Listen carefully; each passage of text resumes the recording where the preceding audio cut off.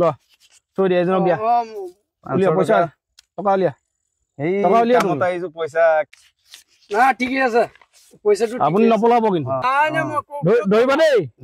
ঠিক আছে বহুতে কৈ থাকে খাচী গছ কিমান ডাঙৰ হলে বিকিব পৰা যায় কিন্তু মই আপোনালোকক এটা অদ্ভুত কথা কওঁ যে এই গছজোপা চাওক মাত্ৰ এটা মুঠি আৰু যদি আপোনালোকৰ ভাগ্য ভাল থাকে তেতিয়াহলে এই সামান্য গছজোপাই সামান্য খাচী গছজোপাই আপোনালোকক মালা বাঙল বনাই দিব পাৰে আৰু মই আছো এনে কেজোপামান গছৰ লগত যি কেজোপা গছত বহুত মাল ধৰিছে আৰু কিমান ভ্যালু হ'ব পাৰে মই কৈ আছো ভিডিঅটো আপোনালোকে শেষলৈকে চাই থাকক কিন্তু তাৰ আগতে আপোনালোকে এটা কথা মনত ৰাখিব যে ইমান মূল্যৱান গছ-গছনিবিলাক আৰু ইমান মূল্যৱান বাৰীবিলাক যদি আপোনালোকে নিৰাপদে নেৰাখে কি অৱস্থা হ'ব পাৰে বাৰু বাৰীখন বচাবৰ কাৰণে এজন ব্যক্তিয়ে এই ইটাবিলাক কিনিছিলে আৰু যেতিয়া ৱালখন দিবলৈ তেওঁ আৰম্ভ কৰিলে তেতিয়া দেখিলে যে তেওঁ কেৰেলাতকৈ গুটি বেছি দীঘল হৈ যায় আৰু সেই কাৰণে এই ইটা দম ইটা এই ইয়াৰ জেগাতে পৰি থাকিলে তেখেতে ললে এটা বেলেগ সিদ্ধান্ত নাই না ভাঙে ভাঙি দিম মই ভাঙি দিম এইটো বিট লগাক আপুনি নোৱাৰে এইটো ভাঙি যাব ভাই তোমালোকৰ নষ্ট হৈ যাব ভাঙিব পাৰিলে আপুনি বিট লগাক এটা গু মাৰিম এটা কেলে আপুনি 10টা মাৰিব ইয়াত ভাঙি দিম মই কৈছো কিমান কিমান লগাবা তুমি কিমান লগাবা আপুনি কিমান লগাব তুমি যিমানে লগাই মই 500 টকা 500 টকা ল থৈ দিয়া এজনক দিয়া উলিয়া পইচা টকা উলিয়া কামত আহিছো পইচা কি আনাই নাই তুমি বিট মাৰিব বিচৰা নাই ন উলিয়া টকাটো উলিয়া ঠিক আছে এয়া লক ৰ'ব চাই লম না ঠিকই আছে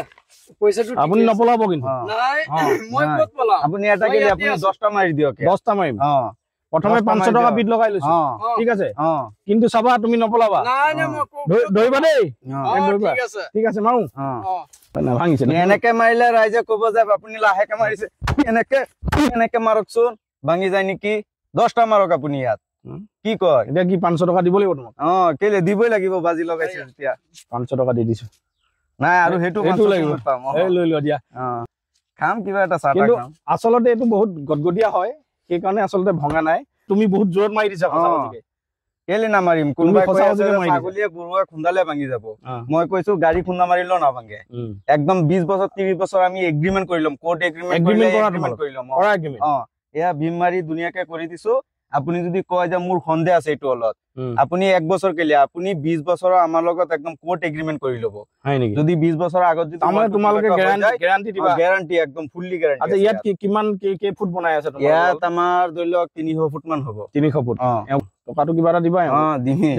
আচ্ছা হেৰি এতিয়া কক এই খৰচটো কিমান ইয়াৰ খৰচটো ধৰিলক ইটা ওয়ালত কই ইয়া সাৰে দেখিছি তুই ইটা আনিছে এটো মানে ইটা দি যদি মাৰে ধৰিলক 6-7 লাখ টকাৰ কাম এই গুটি বাউন্ডাৰি কৰি এজনে মানে হেৰি কৰিছিলে মিস্ত্ৰী লগত তেতিয়া আমাক মাতিছে এটো ধৰিলক আপোনাৰ 1,80,000 মানত হৈ যাব 1,80,000 একদম ইটা ওয়ালত 6 লাখ টকা হয় আৰু ইয়াত যদি এই যেটো বাউন্ডাৰি ওয়াল দিয়া যায় ৰেডিমেড বাউন্ডাৰি ওয়াল দিয়া যায় তেতিয়া হলে 1,80,000 হৈ যাব সময় কেদিন লাগি যায় কৈছে তুমি সময় এটো ধৰিলক আমি 300 ফুট আপোনাৰ 6 দিন আজি 6 দিন হ'ব ক্লিয়াৰ 6 দিনত হৈ যাব ভীম গোলাঘাট আৰু যোৰহাটত বহুত বান্দৰ এই ওয়ালত যদি বান্দৰ 20টা উঠি গুছি যায় এটো ওয়াল এনেকে গিৰি যাব 20টা কেলে আপোনাৰ ইয়া 100 বান্দৰ উঠিলে একো নহয় 100 বান্দৰ আৰু বান্দৰৰ কাৰণে আমাৰ তাত বস্তু আছে কি আছে ইয়াৰ ওপৰত আমি তাৰ লগাই জাটকা লগাই দিম ইয়াৰ ওপৰত ফেন্সিং দিব পাৰিবা ইয়াৰ জাটকা মেচিং লগাই দিম ইয়াত চুবই নোৱাৰে বান্দৰ পকাব পাৰিব বান্দৰ কেলে আমি উঠি দেখাই দিম এতিয়া উঠা মই উঠি দিম তুমি উঠিলে নহব কাৰণ তোমালোক বহুত পাতল আৰু উঠা সবেই উঠা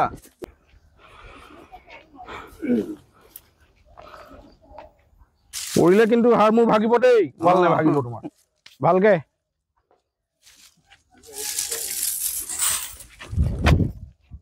এতিয়াতো চাইছে না আইও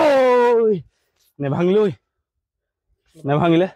বাইদেউহঁতৰ বহুত খাচী গছ আছে আৰু বাৰীখন বেৰা দি আছে কিমান দিন হ'ল আপোনালোকৰ ইয়া বেৰা আৰম্ভ কৰা কামটো বেৰা আজি 10 দিন মান হৈছে 10 দিন মান হৈছে ন কেনেকুৱা পাইছে আসলতে কি কাৰণে এইটো সিদ্ধান্ত ললে এই ওয়ালটো জেৰুৱা দিলে মানে প্ৰতি বছৰে জেৰুৱা দিয়া হয় মানে প্ৰতি বছৰে দিবলেতো দিগদাৰ হয় ন তবা এনেকে মানে ওয়াল দিলে কম খৰচতে হয় এইখন ওয়াল নিৰাপদ বুলি ভাবিছেনে আপোনালোকে নিৰাপদ হয় আৰু খৰচৰ কথাটো কওকচোন খৰচটো মানে ইটা গাঠি যেনেকে ওয়াল দিয়ে তাতকে মানে কম খৰচত হৈছে মানে ভাল কোৱালিটিৰ হয় আৰু কম দিনতে হৈ গৈছে চাগে কম দিনতে হৈছে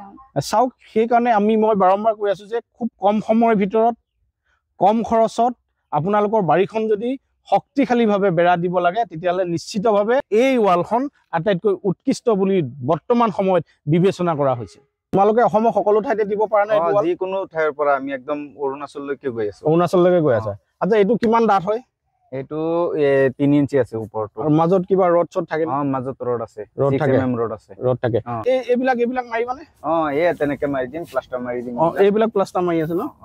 এইবিলাক প্লাষ্টাৰ মাৰি আছে। আপোনালোকে বিদুৰ ভাই চিনেমাখন চাইছিলে? বিদুৰ ভাইত সাঁচি গছ চুৰ হয়,